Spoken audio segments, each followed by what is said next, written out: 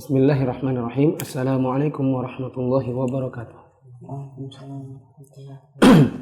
Alhamdulillahirabbil alamin wassalatu wassalamu ala asyrafil anbiya'i wal mursalin wa ala alihi wa ashabihi ajma'in. Kita kembali bertemu dalam kajian Syarah Al-Usul min Al-Usul. Kita sapa teman-teman yang ada di Sriwijaya Mengaji, Radio Roja Darussalam 106.7 FM, Surabaya Mengaji, RBM Mengaji Pramubuni, Guroba Maskot, Sahabat Muslim TV, Sunnah Jalan Pasti, Rifkon TV Banjarmasin, Media Sunnah Aceh, dan Al-Hijrah Gresik. Ahlan wa sahlan wa marhaban bikum.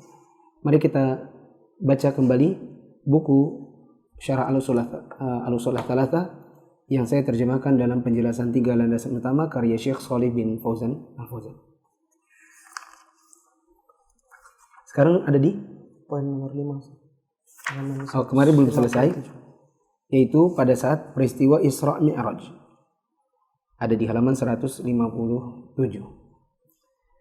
Sekali lagi kami menghimbau kepada teman-teman agar bisa konsisten dan menyelesaikan kajian ini sampai selesai bukunya, dan mengkonfirmasi kepada admin kami yang nomornya ada pada pamflet awal kajian ini, jika ingin mendapatkan sertifikat telah menamatkan buku ini dari kami. Halaman 157 nomor 5, silakan. Poin nomor 5. Peristiwa Isra diabadikan di dalam awal surat Al-Isra, sedangkan peristiwa Mi'raj diceritakan dalam awal surat An-Najm. Yang keenam, di malam peristiwa Isra Mi'raj tersebut, Nabi SAW turun dari langit kembali ke Baitul Maqdis, lalu pulang ke Mekah di malam yang sama. Esok harinya, beliau memberitahukan kepada manusia apa yang terjadi semalam. Orang-orang mukmin semakin bertambah iman mereka, sedangkan kaum musyrikin semakin bertambah kejahatan mereka. Dengan nada mengejek, mereka mengatakan, bagaimana mungkin dia mengklaim berangkat pulang pergi ke Baitul Maqdis dalam waktu semalam? Sedangkan kita pergi naik unta saja bisa susah payah sampai dalam sebulan dan pulang dalam sebulan. Coba dibuat intonasinya, intonasi kayak ngejek gitu. Bagaimana mungkin dia mengklaim berangkat pulang pergi ke Baitul Maqdis dalam... Gak pakai ngejek. Bagaimana mungkin dia klaim berangkat pulang pergi Baitul Maqdis dalam waktu semalam? Kita aja pergi naik unta susah payah, perginya sebulan, pulangnya sebulan. Dia bilang PP Mekah Palestina satu malam. Orang gila orang ini, katanya orang-orang musyrikin. Nabi SAW memang dalam keadaan hanya satu malam dari Mekah ke Baitul Maqdis, lanjut ke langit, turun kembali, dan kembali ke Mekah di malam yang sama. Kenapa bisa begitu? Kemarin sudah diceritakan bahwa hewan yang ditunggangi oleh Nabi SAW namanya Buraq, itu pandangannya, langkahnya sejauh mata memandang. Kalau sebentar aja ya wajar bila memang speednya seperti itu. Nah, speednya kita percaya dulu atau enggak? Kalau nanti orang nggak mau percaya, ya wis silakan. Tapi namanya ini adalah mukjizat dari Allah, maka apa yang tidak mungkin bagi Allah? Orang-orang musyrikin yang diberitahu di pagi harinya bahwa Nabi SAW Isra Mi'raj dalam satu malam, mereka semakin jengkel sama Nabi, mengejek dengan kata-kata kayak tadi. Kita aja PP sebulan pergi sebulan pulang, pakai unta yang paling bagus itu kalau pergi ke Palestina. Terus Muhammad bilang dia semalam, orang sinting memang. Akan tetapi orang-orang yang beriman dari kalangan para sahabat, terutama keluarga, maka keimanan mereka pun semakin bertambah, yang menunjukkan bahwa Nabi SAW benar-benar utusan Allah. Terus mereka menganalogikan kekuasaan Allah dengan kemampuan makhluk. Namun itulah salah satu tujuan Isra Mi'raj, yaitu untuk menguji keimanan manusia. Yang mukmin akan bertambah iman dan yang kafir bertambah kufur. Yang ketujuh, di antara yang beriman kepada Isra Mi'raj Nabi adalah Abu Bakar As-Siddiq radhiyallahu anhu. Dinamakan As-Siddiq karena dia betul-betul mempercayai apa yang disampaikan oleh Nabi SAW tanpa mendustakan sedikit pun. Sehingga dia menjadi sahabat yang paling utama, terutama dari kalangan laki-laki. Ketika ditanya oleh kaum musyrikin, beliau berkata, "Jika ia mengatakan yang lebih dari itu, aku akan tetap beriman. Jika aku percaya kepada Muhammad tentang sesuatu yang lebih besar, yaitu wahyu dari langit yang turun kepadanya, maka bagaimana mungkin aku tidak percaya terhadap cerita Isra Mi'raj itu?" Waktu diejek oleh orang-orang kafir Quraisy, ya ibaratnya itu ditanya, Abu Bakar, kamu percaya sama Muhammad itu? Ya percayalah. Sinting. Kita aja PP itu 2 bulan loh ke Palestina. Masa kayak gitu kamu percaya? Apa katanya Abu Bakar? Jika Muhammad mengatakan yang lebih sinting lagi dari itu, aku pun tetap percaya. Aku sudah mempercayai yang lebih besar, yaitu merasa bahwa dia mengklaim dirinya mendapatkan wahyu dari langit. Itu aja aku percaya, apalagi cuman cerita Isra Mi'raj, katanya. Ibaratnya kalau mau ngikutin kalimat-kalimatnya orang-orang kafir Quraisy, yang sinting-sintingan, ya dia bilang ya Muhammad itu sudah menceritakan yang lebih gila lagi dari aku, lebih gila lagi dari cuman sekadar Isra Mi'raj. Karena lebih gila aja aku percaya, apalagi cuman yang kayak gitu. Ya. Ini yang menyebabkan Abu Bakar As-Siddiq digelari seorang As-Siddiq karena kepercayaannya kepada Nabi SAW di tengah orang-orang tidak percaya. Gimana sih kalau antum punya antum itu dituduh seorang itu pembohong, semua orang percayanya itu bohong, terus hanya satu orang yang percaya sama antum. Serius ya, demi Allah ya. Tapi gimana aku bisa percaya, Lid? Katanya semua orang bilang kamulah pelakunya. Ya gimana lagi? CCTV itu mirip banget sama kamu. Iya memang mirip banget sama aku, tapi demi Allah gimana lagi? Ya sudah, aku memang percaya sama kamu. Pasti nggak mungkin kamu yang melakukannya. Di tengah badai hembusan dusta, terus ada satu yang percaya, itu kan sesuatu banget. 8. Isra Mi'raj terjadi bukan karena sebab kemampuan Nabi, melainkan karena kuasa Allah Ta'ala. Peristiwa itu juga merupakan salah satu mukjizat Nabi SAW. 8. Isra Mi'raj terjadi bukan karena sebab kemampuan Nabi, melainkan karena kuasa Allah Ta'ala. Peristiwa itu juga merupakan salah satu mukjizat Nabi SAW.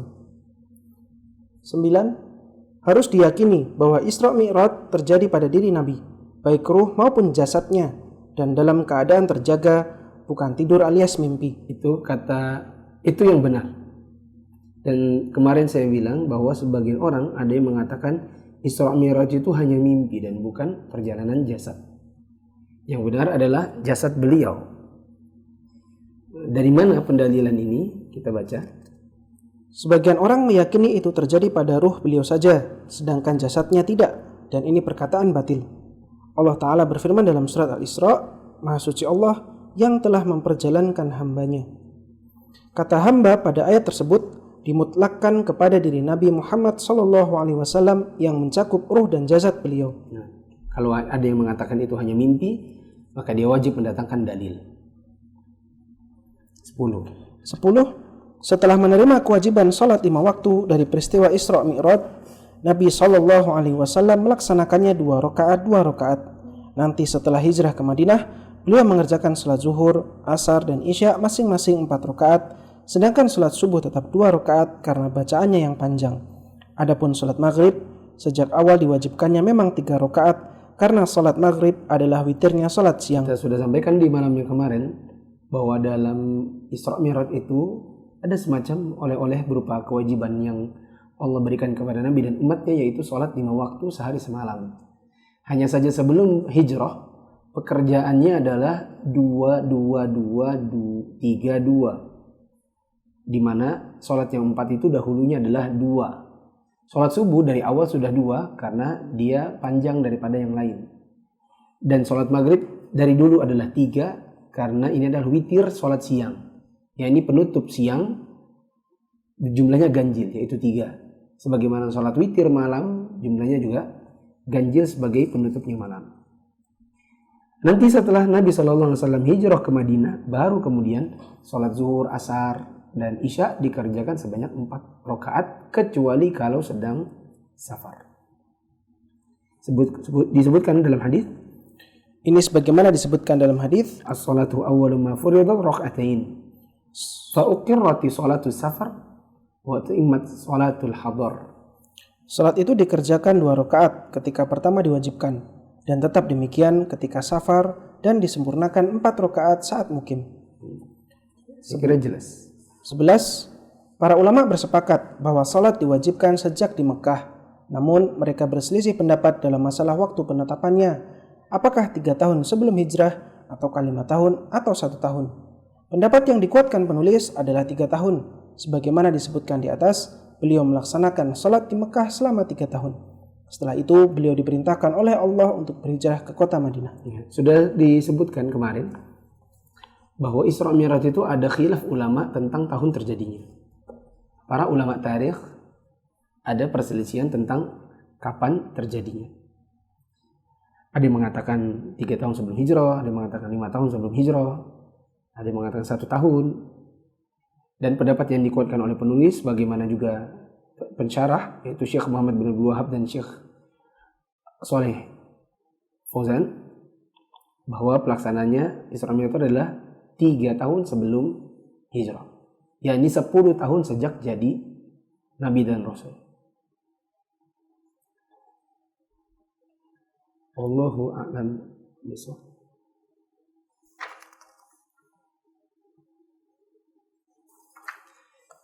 Sekarang kita baca proses hijrahnya Nabi. Proses dan kisah hijrah. Wa ba'daha umira bil hijrati ilal madinati. Wal hijratul intiqalu min balad. Wal hijratu al intiqalu. Ya gitu bacanya. Mubtada khabarnya begitu bacanya. Wal hijratu al intiqalu min baladis syirki ila baladil islami. Kalau dibaca wal hijratul intiqalu, itu seolah-olah na'at man'un. Tapi kalau membaca Arab dengan pembicaraan biasa, maka mubtada khabarnya harus jelas. Wa hijratu al-intiqal min badal syirki ila baladil islam. Wal hijratu faridatun ala hadhihi al-ummati min baladil syirki ila baladil islami, wa hiya baqiyatun ila an taquma as-sa'ah. Setelah itu beliau diperintahkan oleh Allah untuk berhijrah ke kota Madinah. Hijrah adalah perpindahan dari suatu negeri syirik ke negeri Islam. Hijrah semacam ini hukumnya wajib bagi seluruh umat Islam dari negeri syirik ke negeri Islam, dan kewajiban ini akan terus berlangsung hingga datangnya hari kiamat. Syarah Syekh Saleh bin Fauzan. Yang pertama, tatkala gangguan, boikot, dan usaha kaum musyrikin untuk mengeluarkan kaum muslimin dari jalan Allah semakin hebat dan gencar, Allah pun mengizinkan kaum muslimin untuk berhijrah ke Habasyah, yang merupakan hijrah untuk pertama kalinya. Ya. Kemarin saya ceritakan Nabi SAW awalnya jadi Nabi, lalu jadi Rasul. Bedanya apa? Kalau Nabi kenapa? Kalau Rasul apa? Nabi belum diwajibkan untuk berdakwah. Kalau Nabi wahyu untuk dirinya, syariat untuk dirinya.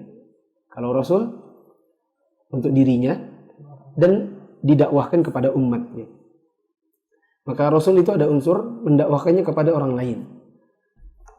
Dia diutus kepada sebuah kaum yang kaum itu akan menjadi objek dakwahnya. Jadi Nabi SAW berdakwah dan otomatis akan ada musuh. Begitu kan? Nah musuh awal-awalnya itu serangannya hanya serangan verbal. Kalau Nabi berdakwah ke tenda-tenda haji, nanti serangannya adalah jangan tuh diikutin, tuh Muhammad tuh penyihir. Dia tuh kalau ngomong itu kamu harus tutup kuping, karena kalau enggak kamu bisa tersihir. Dia kalau ngomong tuh kayak sihir. Serangan-serangan verbal seperti gila, sinting, penyair, penyihir, dan lain-lain itu terus dikerjakan oleh orang-orang yang menjadi musuhnya dari kalangan masyarakat, bahkan keluarganya. Nah, manakala ternyata serangan verbal itu nggak cukup, jadilah yang dilakukan kalau sudah serangan verbal nggak cukup, apa? Serangan fisik. Jadilah sebagian para sahabat disiksa. Kita tahu keluarga Yasir ditindih dengan batu-batu besar pada dada-dada mereka. Istrinya Yasir, yaitu Sumayyah, menjadi syahidah yang pertama di dalam Islam dikarenakan demi mempertahankan agamanya hingga wafat karena ditombak di bagian kemaluannya. Sahabat Utsman bin Affan itu dibuat seperti manusia guling, digulung pakai tikar lalu dipanggang dari bawah. Yang ini maksudnya diasapi dan dipanasi sampai dia kesakitan. Yang melakukan adalah pamannya Utsman sendiri, Bilal bin Rabah, diikat dengan badan kuda. Lalu kudanya dipecut hingga lari, lalu Bilalnya harus berlari-lari mengejar si kuda dan tidak mungkin tidak, pasti terjatuh lalu terseret.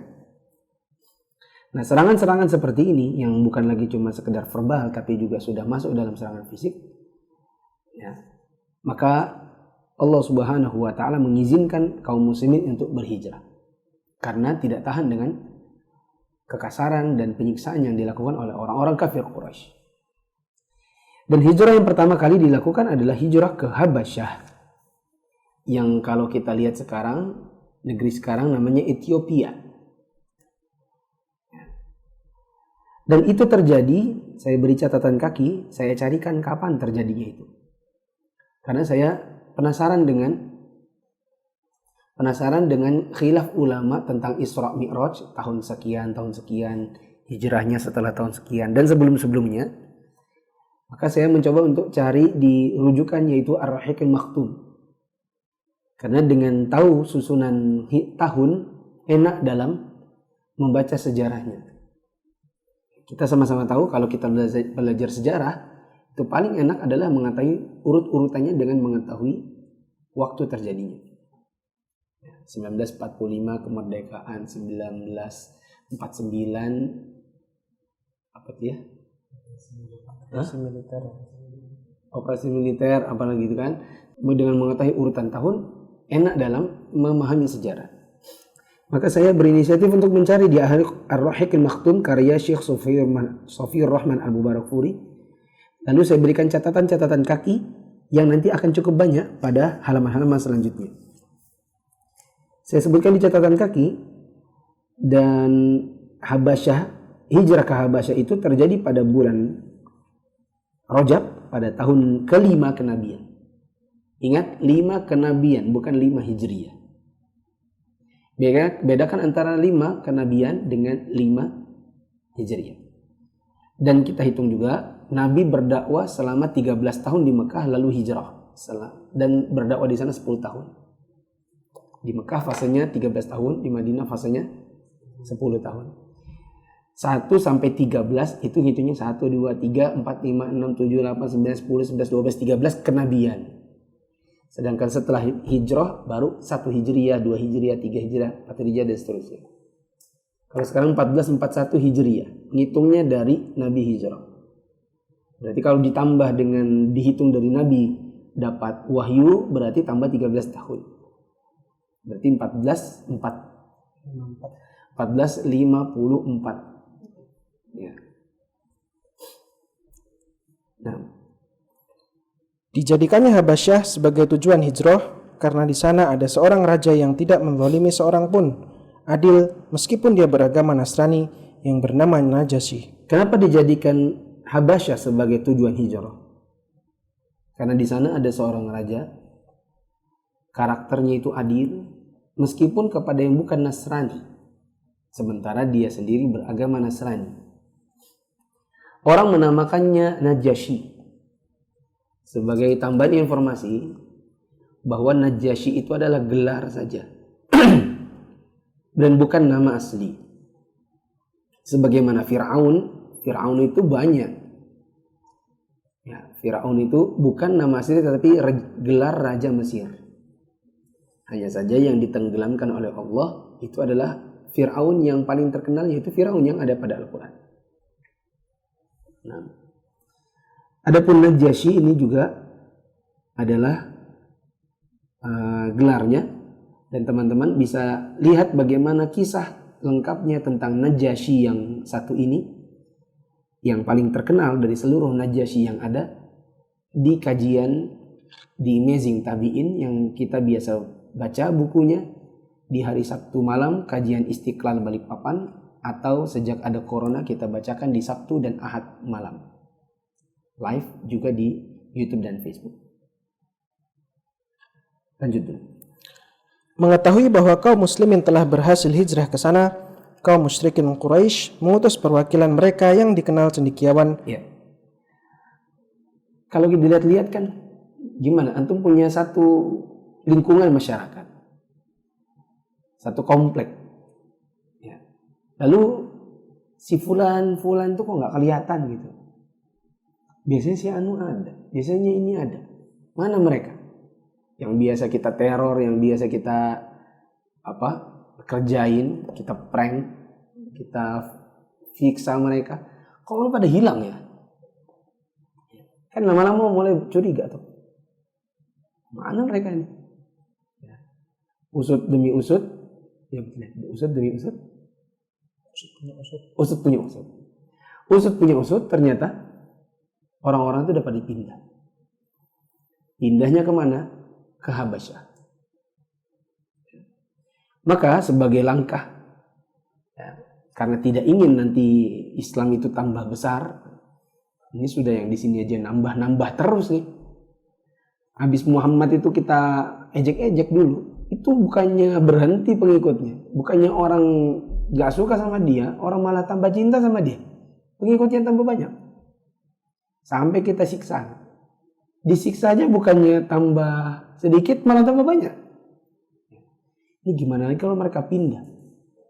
Khawatirnya Pak, mereka ke sana, pindah, beranak pinak, ya, terus berkembang biak. Nanti kalau sudah besar, diserbunya kita di sini di Mekah. Ya.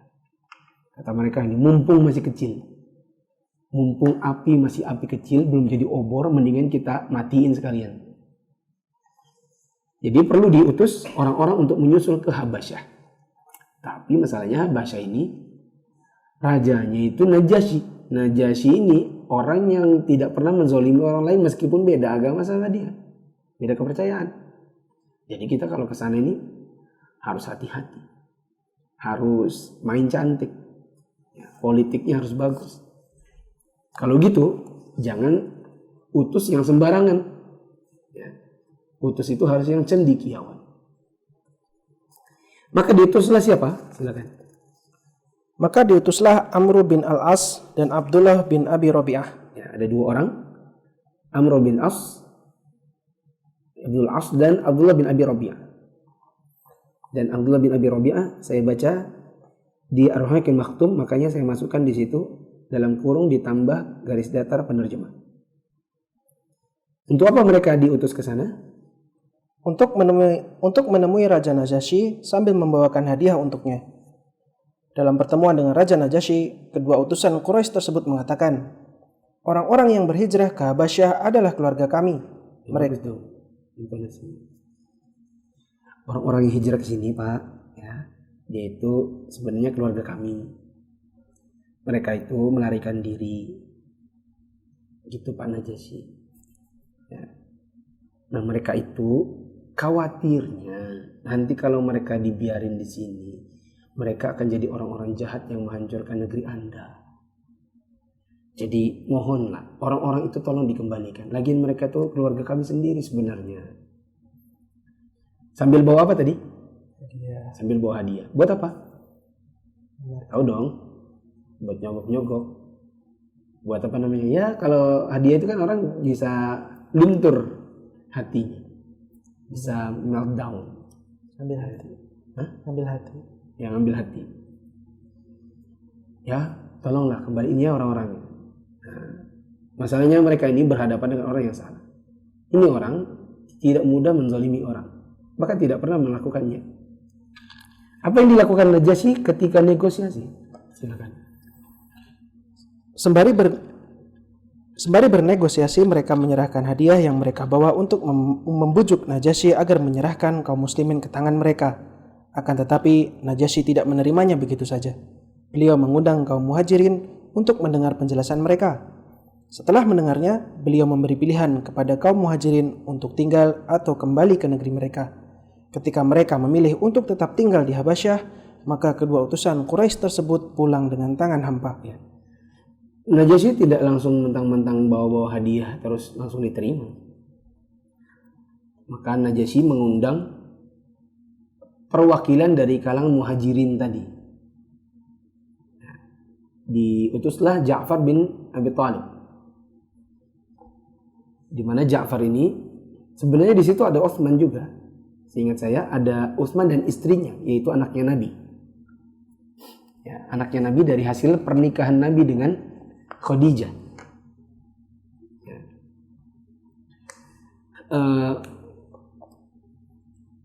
Diutus Ja'far sebagai perwakilan, lalu ditanya. Kalau mau baca cerita lengkapnya tentu di Ar-Rahiqul Maktum. Ditanya oleh Raja Najasyi, wahai kalian perwakilan yang mewakili para muhajirin kemari, ini saudara-saudara berdua ini, siapa tadi Pak namanya?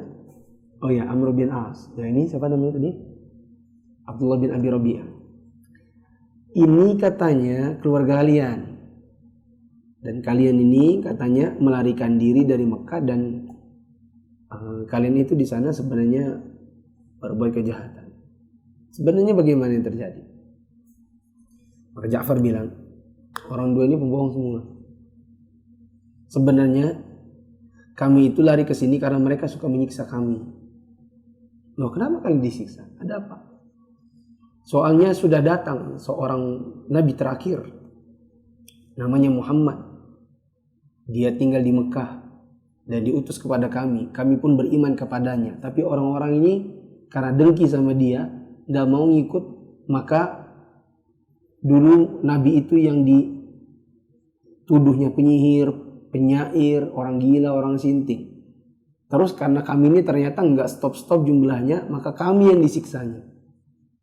Disuruh pilih, mau disiksa atau kau pilih mana? Beriman dan disiksa atau kau kufuri Muhammad dan kau aman. Gitu. Jadi karena kami ini sudah merasa tersisa, makanya kami diizinkan Allah untuk pergi ke sini, hijrah kami ke Habasyah. Maka Najasyi pun nanya, coba apa yang disebutkan oleh nabi kalian yang baru itu? Najasyi, dia orang apa tadi? Nasrani. Tapi namanya di dalam Injil yang asli itu ada penyebutan tentang Nabi Ahmad, yaitu Nabi Muhammad. Maka Najasyi pun tertarik. Kalau memang sudah datang, berarti harusnya dia membawa wahyu. Coba wahyu apa yang telah dia sampaikan kepada kalian? Maka Ja'far membacakan surat Maryam. Karena Maryam ini ada hubungannya sama agama apa? Nah, sama agama Nasrani. Di mana Maryam adalah ibunya Nabi Isa, yang Nabi Isa ini adalah nabi bagi orang-orang Nasrani yang kemudian belakangan dipertuhankan oleh orang Nasrani di zaman sekarang. Meskipun ada juga Nasrani yang meyakini Isa itu hanya nabi. Keluar sedikit dari konteks, saya pernah duduk-duduk lagi bikin duplikat kunci. Kemudian ada seorang perempuan mendekati saya, rupanya dia berdua sama temannya. Terus dia negur, Bapak suka baca? Mungkin karena dia melihat saya membuka-buka iPad, sehingga dia lihat mungkin saya sedang membaca. Bapak suka membaca? Iya Pak, kenapa? Oh iya, mungkin Bapak besok-besok kalau suka, tertarik, bisa lihat website kami, namanya jw.org kayaknya, org. Itu website apa? Itu website kami. Kami agamanya Nasrani dengan keyakinan namanya kesaksian Yehuwa. Tapi saya Muslim, Mbak. Kalau saya Muslim, saya nggak mungkin buka-buka situs. Ya nggak apa-apa, Pak. Kan mungkin Bapak tadi suka membaca. Jadi Bapak bisa buka-buka kapan-kapan. Ini situsnya. Lalu diberikan saya selebaran kayak leaflet, dia bagi. Terus saya tertarik, saya tanya, JW itu apa? JW. Dia bilang Yehovah Witness. Oh, kesaksian Yehovah Witness. Oke. Apa bedanya sama Nasrani yang lain? Dia bilang kalau Nasrani yang lain itu semua sesat. Sedangkan yang benar di dalam Nasrani itu adalah kesaksian Yehuwa. Kenapa? Karena kalau kami meyakini Isa atau Yesus itu adalah hanya nabi biasa. Wow, Salafi berarti. Salafinya Nasrani gitu. Karena kan dia kembali ke kemurnian Nasrani gitu kan ceritanya. Mantap. Iya. Oh yang lain jadi yang lain itu semua sesat. Karena mereka meyakini bahwa Isa itu adalah satu dari 3 Tuhan. Udah habis itu kunci jadi saya pun pergi. Masya Allah ada juga Salafi di Nasrani. Anak kalian mungkin ini kayak Najasyi. Najasyi ini kan membaca Injil, dia Nasrani yang dulu belum datang Nabi Muhammad, dan dia bisa jadi telah mendengar adanya Nabi yang terakhir. Ketika dibacakan surat Maryam yang itu ada hubungan dengan agamanya dia sendiri, maka Najasyi langsung menangis. Nangis apa itu? Saya bilang itu nangis keimanan. Karena dia mengetahui tentang kebenaran agama Islam, maka kemudian setelah datang Nabi baru, inilah waktunya saya untuk memindahkan agama saya, keyakinan saya kepada agama yang terakhir. Apa yang dilakukan oleh Najasyi? Maka disuruhlah pulang 2 orang tadi, Amru dan Abdullah. Disuruh pulang, bawa kembali itu hadiah. Mohon maaf, saya tidak bisa menerima kalian berdua karena ternyata kalian berdua bohong. Pintar-pintar pembohong semua seperti itu. Tadi bilang ini keluarganya, ini ternyata enggak juga ada yang keluarganya. Katanya ini karena orang jahat, ternyata mereka karena beriman dengan Nabi baru. Kalian ini pulanglah mereka dan dalam keadaan tangan hampa, sedangkan Najasyi melayani, memberikan tempat tinggal dan memberikan keamanan bagi para muhajirin. FYI, Raja Najasyi kemudian masuk Islam. Dan lebih lengkapnya lagi, kisahnya adalah di Suwar min Hayati Tabi'in yang sudah ada buku terjemahnya, The Amazing Tabi'in yang kita kaji di setiap hari Sabtu malam dan Ahad malam bila online, dan hanya di Sabtu malam bila kajiannya offline di masjid. Lanjut ceritanya. Raja Najasyi ini kemudian diberi hidayah oleh Allah Ta'ala untuk masuk Islam. Tatkala beliau wafat, Rasulullah SAW mensalatkan jenazahnya secara gaib tanpa kehadiran jenazah dalam salat tersebut. Ya. Tahu dari mana Nabi bahwa Najasyi wafat? Dari wahyu. Kenapa? Karena di zaman dulu kan nggak ada WA. Beda kalau zaman dulu ada grup WA, ada Najasyi di situ, ada Nabi, ada yang lain-lain. Intinya Raja Najasyi kemudian wafat dalam keadaan Muslim, dan dia adalah satu-satunya orang Muslim di negerinya dari kalangan yang sudah ada di sana yang selain muhajirin, dan dia tidak ingin memberitahu rakyatnya bahwa dia telah masuk Islam. Antum bisa baca lebih detail tentang hal ini di Ar-Rahiq Al-Maktum atau di Suwar min Hayati Tabi'in tadi. Ada faedah tentang jenazah gaib, tapi saya sudah pernah sebutkan ketika awal pembahasan buku ini. Buku ini adalah buku akidah, bukan buku fikih. Sehingga bagian-bagian yang menyerempetnya ke arah fikih, maka saya hilangkan dari buku ini supaya tidak terlalu melebar ke pembahasan di luar bahasan pokok. Saya sebutkan kalimat ini di pengantar penerjemah. Saya menghilangkan bagian-bagian fikihnya agar fokus buku ini pada masalah-masalah akidah. Sehingga meskipun ada faidah tentang sholat gaib, oh ada ya sholat jenazah gaib. Gaib itu maksudnya jenazahnya nggak ada di situ. Iya ada. Bagaimana caranya? Apa syaratnya? Tidak saya sebutkan sekarang. Teman-teman bisa bertanya kepada ustadz-ustadz di tempat tinggal teman-teman sendiri. Nah. 2. Pada masa-masa setelahnya, di tahun ke-11 kenabian, Rasulullah SAW 11 kenabian berarti H-2 tahun dari hijrah. Rasulullah Shallallahu Alaihi Wasallam kerap mendatangi perkemahan tempat berbagai kabilah Arab menginap di Mina di musim haji. Beliau menawarkan diri untuk berbincang dengan mereka dalam rangka mendakwahi mereka untuk memeluk agama Allah. Seingat saya, jadi orang-orang itu yang di Habasyah ya terus menetap di Habasyah, nggak balik-balik ke Mekah.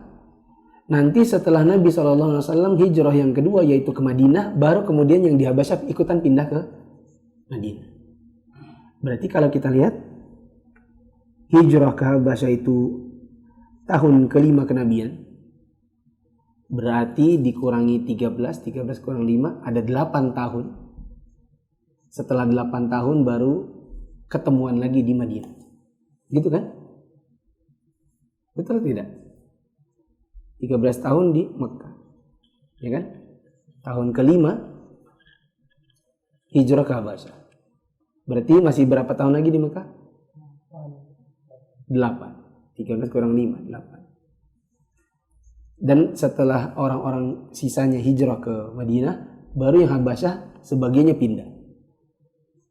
Nah, barulah ketemu lagi. Berarti tidak ketemu kira-kira 8 tahun. Wallahu a'lam. Itu yang saya bisa tangkap dari apa yang saya baca dari Ar-Rahiq Al-Maktum.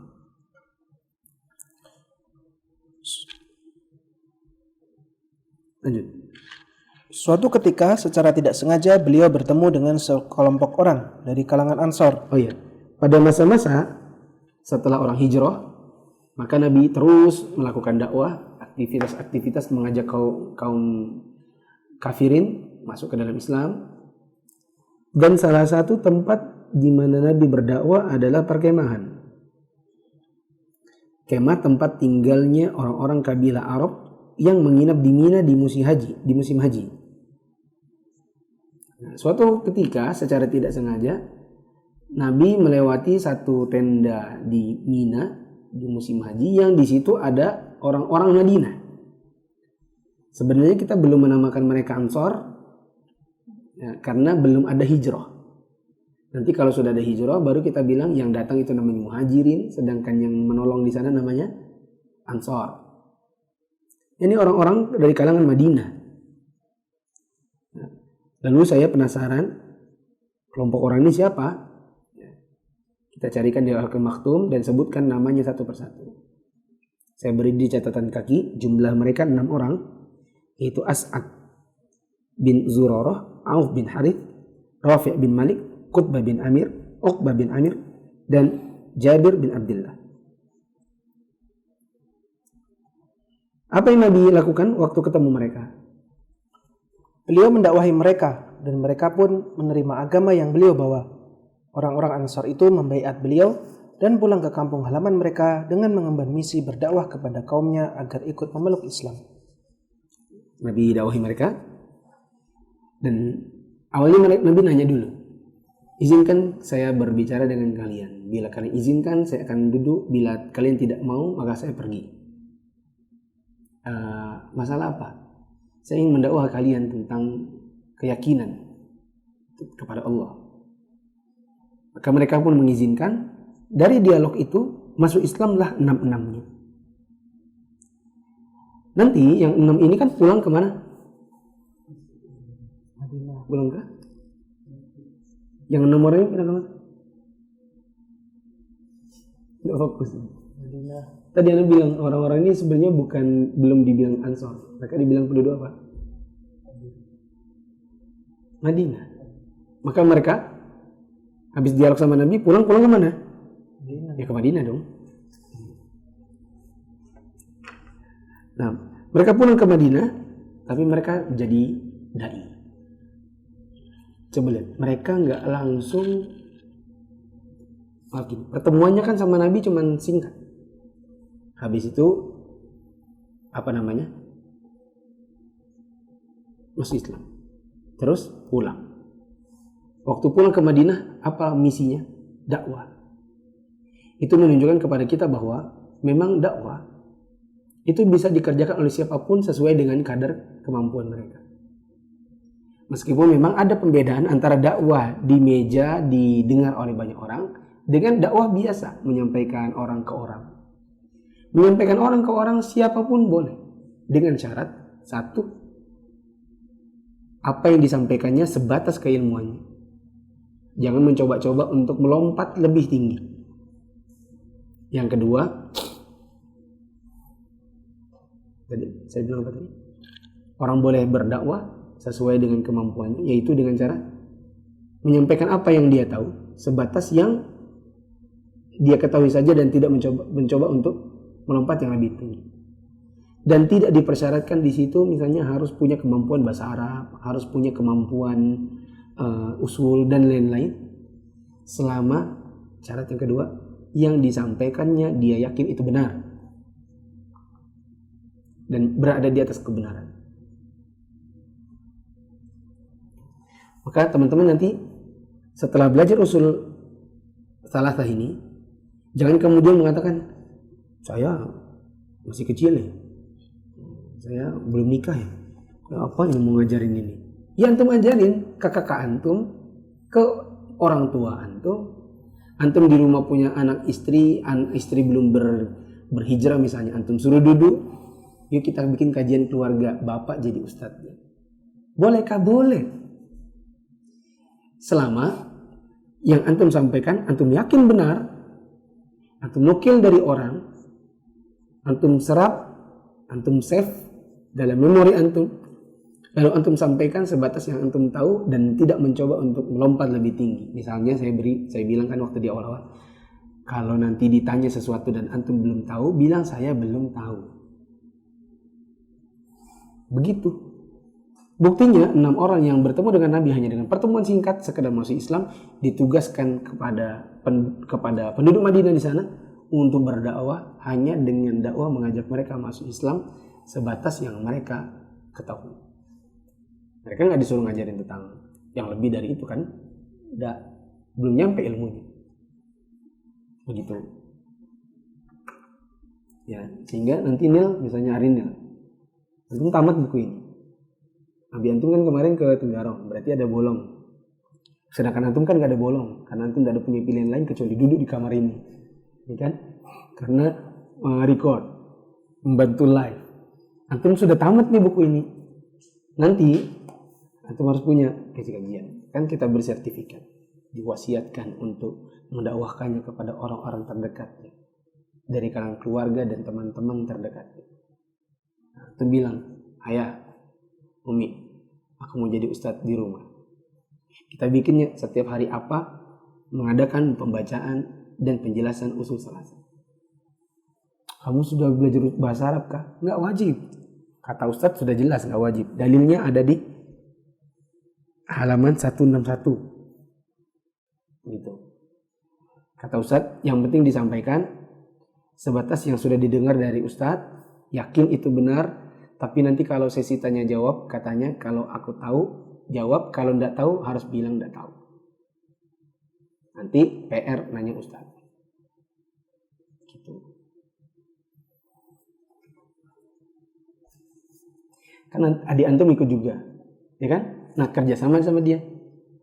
Yang adik antum baca, antum yang menjelaskan. Atau besok-besok antum yang baca, adik antum yang jelaskan. Masya Allah, jadi dai di rumah. Gitu. Nggak harus belajar bahasa Arab dan usul. Sebagian orang terlalu rendah hati sehingga mengatakan, aku belum belajar ini, jadi aku belum berani berdakwah. Atau ada dia temennya misalnya ngajarin temen yang lain satu kantor misalnya. Kita tuh gini. Temannya itu menyampaikan sebatas yang dia tahu.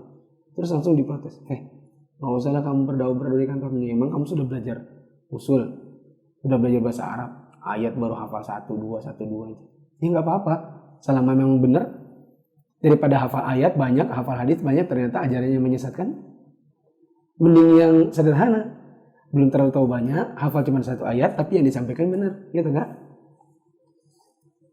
Mending antum cuma hafal. Amin teman fis sama.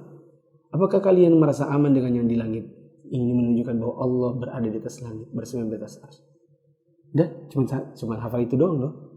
Ada yang pakai ayatnya adalah ini di surat An-Nisa. Terus kesimpulannya jadi Allah ada di mana-mana. Mending mana? Ini 1 ayat tapi benar. Begitu. Maka teman-teman, jadilah dai di dalam rumah antum minimal. Di kalangan teman-teman terdekat antum di kantor misalnya. Dengan syarat 2 tadi. Antum meyakini bahwa apa yang antum sampaikan betul-betul benar dengan dalil. Yang kedua adalah antum hanya menyampaikan sebatas yang antum pahami, yang antum ketahui, dan tidak mencoba untuk melompat lebih tinggi dari yang itu.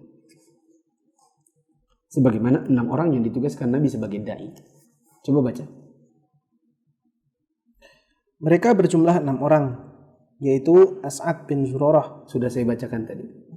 Apa yang dilakukan Nabi setelah secara tidak sengaja ketemu dengan mereka dan nanya, bolehkah saya ngobrol sama kalian? Kalau kalian izinkan, kita ngobrol. Kalau kalian tidak mau, saya pergi. Mereka bilang, monggo. Terus akhirnya ngobrol lah mereka. Beliau ngapain? Beliau mendakwahi mereka dan mereka pun menerima agama yang beliau bawa. Orang-orang Ansor itu membaiat beliau dan pulang ke kampung halaman mereka dengan mengemban misi berdakwah kepada kaumnya agar ikut memeluk Islam. Ini jadi dapat tugas dari Nabi. Kalau gitu kalian bantu saya. Kalian kembali ke kampung kalian dan berdakwah di sana, ajaklah orang-orang untuk masuk Islam. Itulah juga kenapa kalau ada yang nanya, saya heran loh. Katanya Nabi Muhammad itu kan hijrah ke Madinah. Iya. Terus di sana kok udah nyampe? Kok orang-orang sudah gini? Dengar-dengar ada riwayat tola al-badru alaina. Dengar-dengar ada riwayat kayak gitu. Artinya kan Nabi itu datang hijrah ke Madinah. Di situ sudah ada orang yang tinggal nyambut doang gitu. Loh, emang gimana caranya nyampe Islam ke sana? Emang Nabi apa? Punya YouTube begitu atau punya grup nyebarin dakwah pakai status dan lain-lain sehingga di negeri sana meskipun belum ketemu orangnya yang mana sudah dengar dakwahnya. Gimana atau gimana? Maka jawabannya adalah Nabi punya utusan yang ketemunya pas masa apa? Ketemunya pas masa apa? Ini gimana tuh? Ketemunya pas kapan? Pas haji. Ini loh tadi. Beliau mendatangi tempat menginapnya orang di musim haji. Gak sengaja ketemu dengan 6 orang. Jadi ketemunya pas kapan? Pas haji. Loh, emang haji sudah ada? Ada. Sebelum Nabi ada pun sudah ada. Nah, ketemunya pas haji, didakwahi, mereka nerima, masuk Islam, lalu Nabi jadikan mereka sebagai dai utusan di kampung ini. Bukan cuma yang 6 ini, nanti tahun berikutnya ketemu lagi. Ya, jumlahnya ada sekitar 6 kurang 1, berapa? 5. Tambah 7, 12. Kira-kira 12. Setelah itu datang lagi yang terakhir, jumlahnya ada 70-an. Ya, baru nanti di Madinah itu sudah banyak orang-orang Islam di sana. Ketika Nabi nyampe di Madinah, tinggal disambut, udah ketemu dengan saudara-saudaranya yang dulu-dulu, yang ketemunya di musim haji waktu Nabi berdakwah. Coba baca. Dari yang ketiga, dari hasil dakwah tersebut pada musim haji berikutnya, yaitu tahun ke-12 kenabian. Ini ada terus datang jamaah dalam jumlah yang lebih banyak dari tahun sebelumnya, yakni sejumlah 12 orang, 5 orang yang masuk Islam tahun lalu, dan 7 orang wajah baru. Ya, saya ingatnya itu gini, yang diketemuin 6 kurang 1, karena saya baca di Akhirul Maktum itu, di tahun berikutnya, yang 6 orang itu datang kembali kecuali 1. Gitu.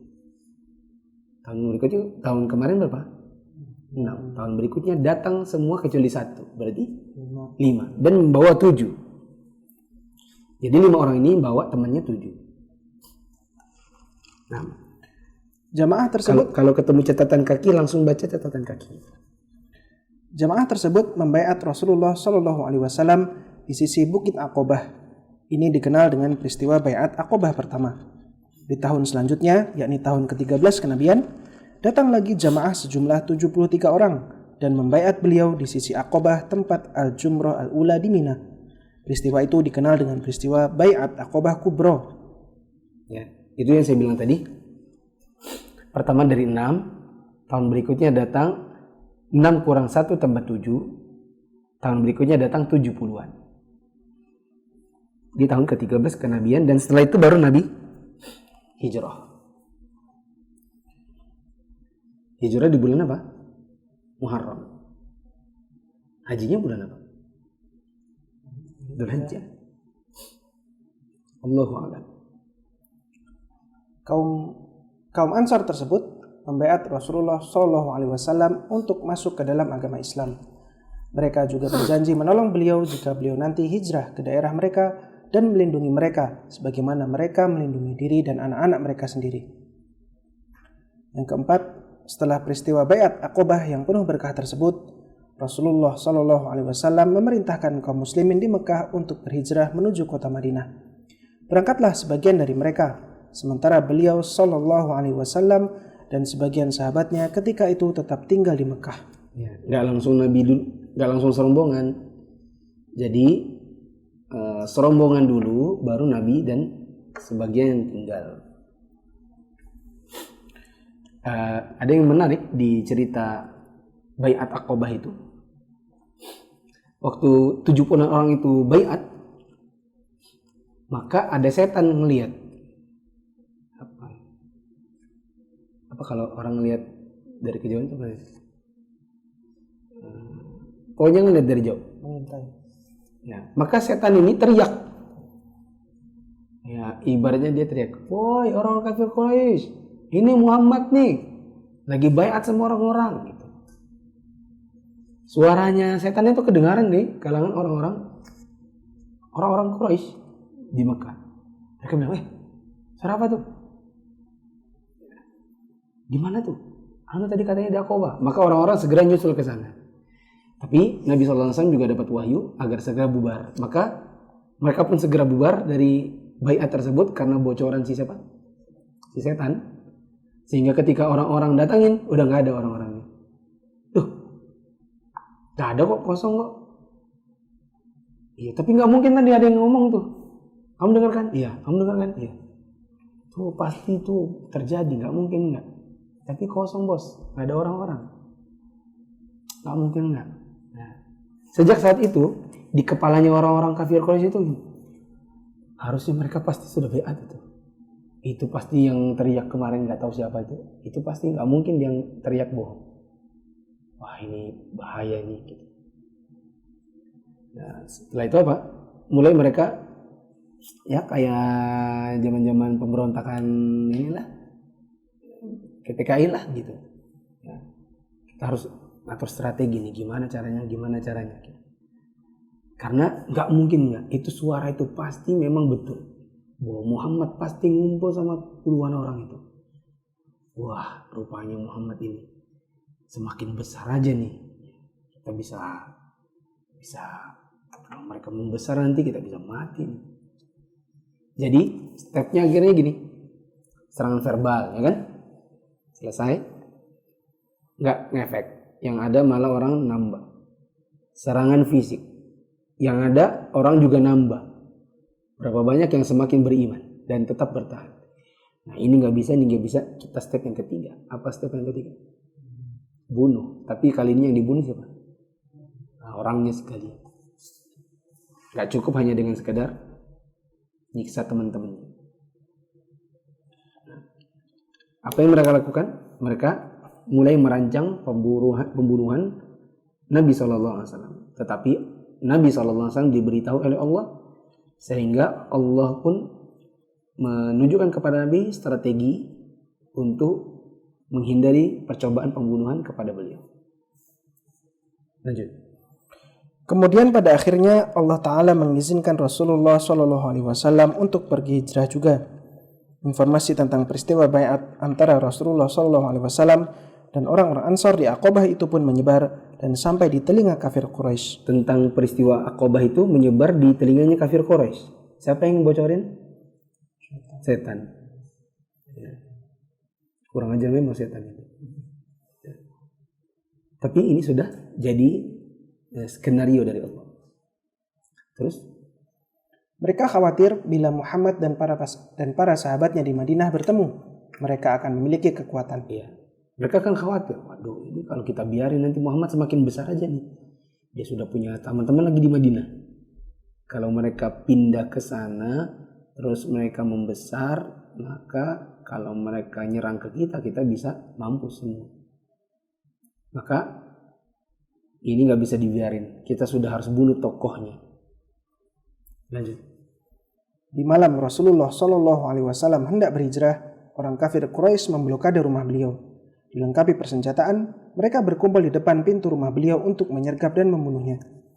Akan tetapi Rasulullah Shallallahu Alaihi Wasallam telah mengetahui rencana mereka ini melalui wahyu dari Allah. Malam itu, beliau menyuruh Ali untuk tidur memakai selimut beliau agar orang-orang kafir itu mengira beliau ada di dalam rumah dan tidur. Ali radhiyallahu anhu pun berbaring di atas ranjang dan berselimut dengan burdah Rasulullah. Kaum musyrikin tertipu. Mereka menunggu Rasulullah Shallallahu Alaihi Wasallam di luar karena mengira beliau ada di dalam. Sementara beliau keluar dari rumah dan melintasi mereka semua tanpa mereka sadari. Beliau melintas gini. Akhirnya diputuskan, ayo kita bunuh. Kapan eksekusinya? Malam. Gitu. Maka mereka menyergap ke rumahnya Nabi SAW. Tapi Nabi sudah tahu dari wahyu. Maka Nabi sudah atur strategi Abu Bakar nunggu di rumahnya Asma. Nanti ada satu orang tukang penunjuk jalan. Dan dia ahli perpetaan. Peta bahasa Arab itu kharitatun. Bahasa Inggrisnya map. Maka ahli perpetaan ini adalah disebut dengan ahli kharitah, disebut dengan khirit. Dia adalah Google Map. Si Google Map ini laki-laki Yahudi. Tapi meskipun begitu dia mau nolongin Nabi dengan perjanjian kalau nanti sudah selamat, maka unta yang dipakai itu imbalannya buat si khirit, the Google Map. Lalu Nabi ngatur Ali tidur di ranjangnya Nabi. Supaya orang-orang tidak terpalingkan gitu perhatian mereka. Ketika orang-orang datang ke rumahnya Nabi, ada yang ngintip-ngintip, ada tuh orang di ranjang. Berarti ada Muhammad masih ada. Oke. Nah, Nabi SAW sebenarnya menyuruh siapa yang tidur di situ? Menyuruh siapa? Yang disuruh tidur di situ siapa?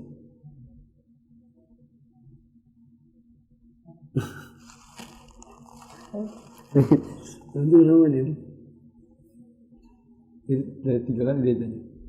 Siapa yang disuruh Nabi tidur di atas ranjangnya? Ali. Apa yang dilakukan Nabi? Tadi katanya sementara beliau keluar dari rumah dan melintasi mereka semua tanpa mereka sadari. Karena Allah menutup pandangan mereka. Antum tahu dia apa kan? Oh ada nih di catatan kaki 46. Apa yang dilakukan Nabi sehingga Nabi itu keluar gini? Pas keluar rumah, orang-orang itu kan berhamburan di luar ya. Tapi Nabi lewatin mereka, tapi mereka nggak ada yang tahu. Apa yang dilakukan oleh Rasulullah? Rasulullah Shallallahu Alaihi Wasallam menebar tanah di atas kepala mereka yang dengannya Allah buat mereka tidak melihat beliau. Ya, tapi bukan kelilipan. Aduh, siapa yang tebar tanah ini? Bukan gitu. Nabi tebar tanah yang membuat, yang dengannya Allah buat mereka tidak ada yang bisa melihat Nabi. Tapi yang tidak bisa lihat Nabi siapa? Yang di situ aja. Kalau Nabi jalan terus ke sana nanti ketemu orang yang tidak kena tebaran tanah tadi, bisa lihat nggak? Bisa. Maka Nabi habis tebar tanah, beliau melintasi mereka. Mereka nggak ada yang tahu. Beliau jalan ke rumahnya siapa? Asma. Di sana sudah ada Nabi menunggu. Nah, ada yang berpapasan sama Nabi. Ada siapa itu ya? Kok mencurigakan? Dari arahnya didatengin, ketemu dengan gerombolannya orang-orang kafir. Ngapain kalian di sini? Kami mau bunuh Muhammad. Kalian di sana itu tadi ada orang. Saya lihat mengendap-endap. Jangan-jangan itu Muhammad. Kalian aja nggak tahu. Ada kok dia di dalam. Padahal itu siapa? Ali. Ayo masuk. Masuklah mereka, tarik selimutnya, ternyata yang ada di situ adalah Ali. Maka Ali digebukin, ditonjok-tonjok, dan ditanya mana Muhammad.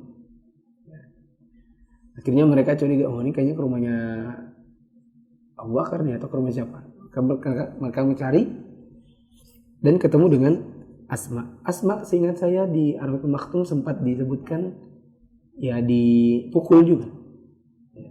Karena saking kesalnya mereka saat datang ke sana, Abu Bakar pun sudah nggak ada bersama Nabi Muhammad.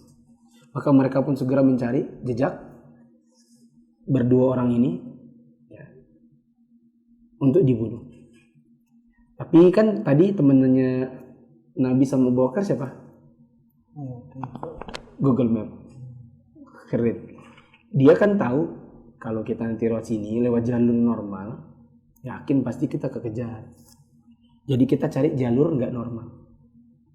Jadi nanti kalau di peta ada jalur hijau, itu jalurnya Nabi.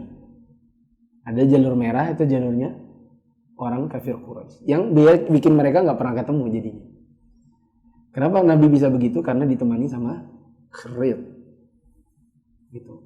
Dan ada sempat mampir dulu di gua Thur. Di sana beliau dan Abu Bakar bertahan selama 3 malam. Ya, karena khawatirnya kalau terus jalan nanti ketemu gitu. Maka berhenti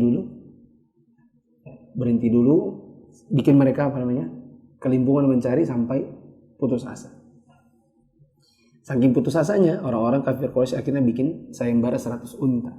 Siapa yang bisa menemukan Muhammad hidup atau mati dapat hadiah. Di tengah jalan bahkan Nabi SAW ketemu dengan seorang yang sudah bawa tombak. Ya jadi peserta sayembara. Dari kejauhan dia lihat itu orang-orang mencurigakan, dikejarnya dengan hentak. Kebetulan ini kursinya bisa goyang-goyang. Pas sudah mendekat, wajahnya Nabi bikin orang itu menurunkan tombaknya, gak jadi. Orang begini kan yang dijadikan sasaran sayembara. Akhirnya ketika berdialog, si peserta sayembara ini akhirnya malah masuk Islam. Sampailah Nabi ke Madinah dan akhirnya diberikan hadiah unta. Coba baca lagi. Oh, astagfirullah, sejam 10 ya. Ini karena ceritanya cerita kisah hijrah makanya seru gitu. Sampai mana tadi? Udah baca dulu, sedikit lagi. Rasulullah Shallallahu Alaihi Wasallam bergegas menuju Abu Bakar radhiyallahu anhu.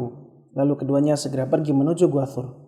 Keduanya bersembunyi di dalamnya selama 3 hari 3 malam. Beliau berdua dibekalin oleh Asma dengan bekal-bekal yang diikat dengan ikat pinggangnya Asma yang dibagi menjadi 2. Makanya disebut dengan Zatu an-Nitaqain.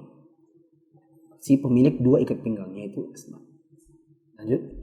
Orang-orang Quraisy tetap mencari beliau dan ingin menangkap beliau dengan berbagai cara dalam keadaan hidup ataupun mati. Padahal Nabi ada di mana? Di Gua Thur. Berapa malam? 3 hari 3 malam. Sempat sebenarnya kalau mereka itu ya ibaratnya tinggal gini aja, gitu kan? Kelihatan sudah ada orang itu. Akan tetapi mereka tidak melihatnya. Seingat saya ada karena adanya sarang laba-laba yang tidak mungkin kalau ada orang masuk ini pasti kan hancur gitu. Ada lubang itu ditutup dengan jempol kakinya Abu Bakar sehingga Abu Bakar jempol kakinya digigit kalajengking. Di mana Nabi SAW kepalanya berada di pahanya Abu Bakar. Abu Bakar kemudian meringis kesakitan dan air matanya ya karena kesakitan air mata jatuh ke pipinya Nabi. Lalu Nabi bertanya Abu Bakar kenapa, terus intinya didoakan diobat. Lanjut. Setelah mereka putus asa mencari beliau, mereka pun mengumumkan sayembara berhadiah 100 unta bagi siapa saja yang dapat menangkap beliau hidup ataupun mati. Manakala pencarian sudah mulai berkurang karena putus asa, Rasulullah Shallallahu Alaihi Wasallam dan Abu Bakar radhiyallahu anhu pun akhirnya keluar dari Gua Thur dan berangkat dengan hewan tunggangan menuju kota Madinah. Semoga teman-teman nanti kapan-kapan bisa umrah Kalau umroh biasanya ada city tour, di Mekah nanti akan dilihat biasanya gua tour. Ya. Cuman dalam city tour biasanya jalan pertama kali adalah gua tour dulu. Baru Arafah, Mina, Musdalifah, baru ngelewatin pas pulang ke Gua Hiro. Jadi kalau Ustadz pembimbing itu bikin ceritanya andaikan rutenya adalah Gua Hiro dulu. Enak kan? Sambil cerita tentang dapat wahyu. Di mana wahyunya? Gua Hiro. Enak kalau ketemunya Gua Hiro dulu. Tapi ini tertukar dalam sisi rute. Ya, biasanya kita agak ya dalam menjelaskan Gua Tur dulu terpaksa yang dikasih lihat gitu. Ceritanya nanti belakangan.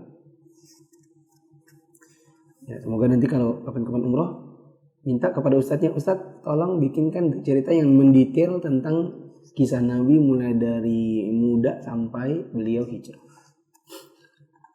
Dan sudah cukup ya, cukup dulu, insya Allah. Oh dikit lagi nih, baca deh 5, 6, 7 habis selesai.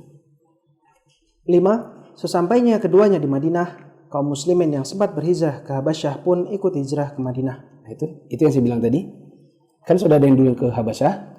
Setelah yang rombongan hijrah kedua sampai di Madinah, begitu juga Nabi pun sudah sampai di sana. Yang di Habasyah kan dengar, alhamdulillah sudah sampai di sana, maka mereka pun ikut pindah. Di sana mereka berkumpul lagi, lalu membentuk pemerintahan yang terdiri dari kaum Muhajirin dan kaum Ansor bersama orang-orang yang akhirnya menyatakan masuk Islam setelah itu. Ya. Hijrah kedua tambah hijrah pertama tambah orang yang sudah ada di sana dari kalangan Ansor.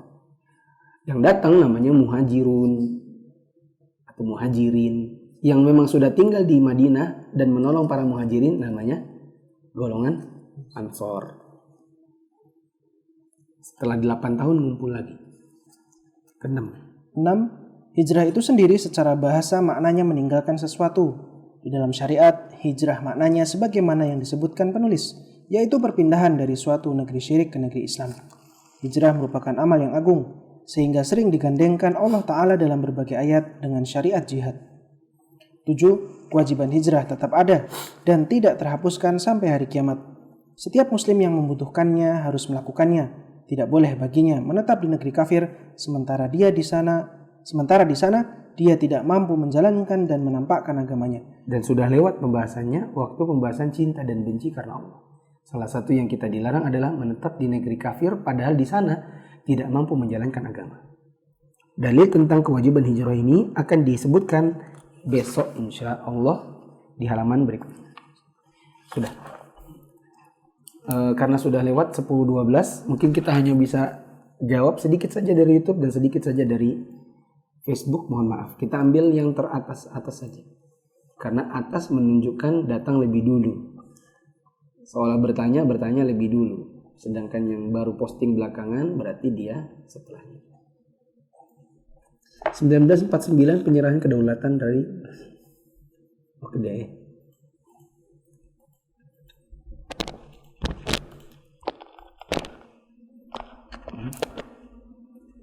Orang-orang yang berada di tenda Mina saat musim haji bukan semua orang muslim kah Ustaz? Kan dulu belum ada Islam, orang nggak bisa dibilang muslim, belum masuk Islam. Nabi aja baru diutus jadi nabi. Dan syariat haji ada sebelum Nabi SAW.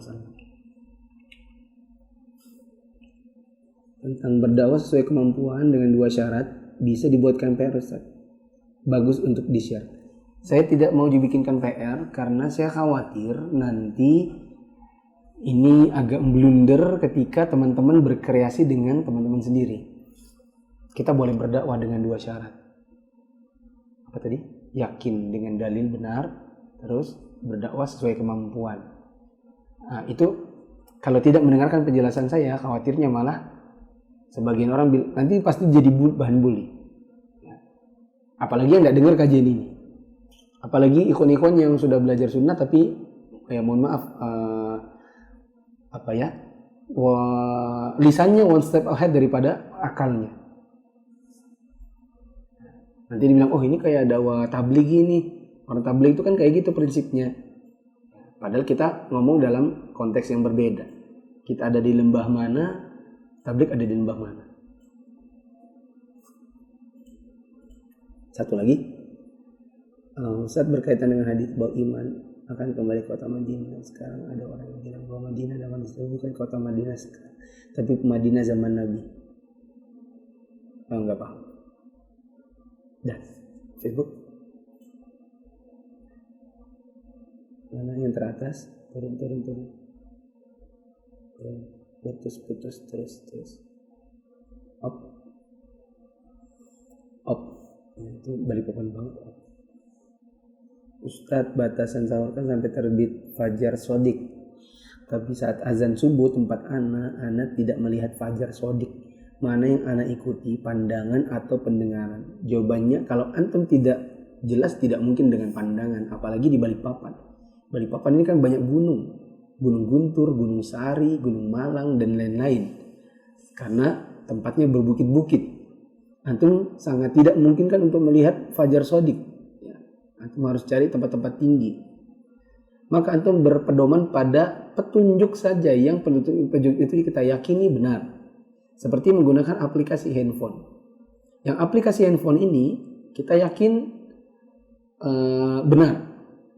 Ya, karena ada petunjuk misalnya dari panduan Kemenak. Tentu kalau ada kesalahan siapa yang bertanggung jawab? Kemenak. Ya. Siapa suruh jadi ulil amri?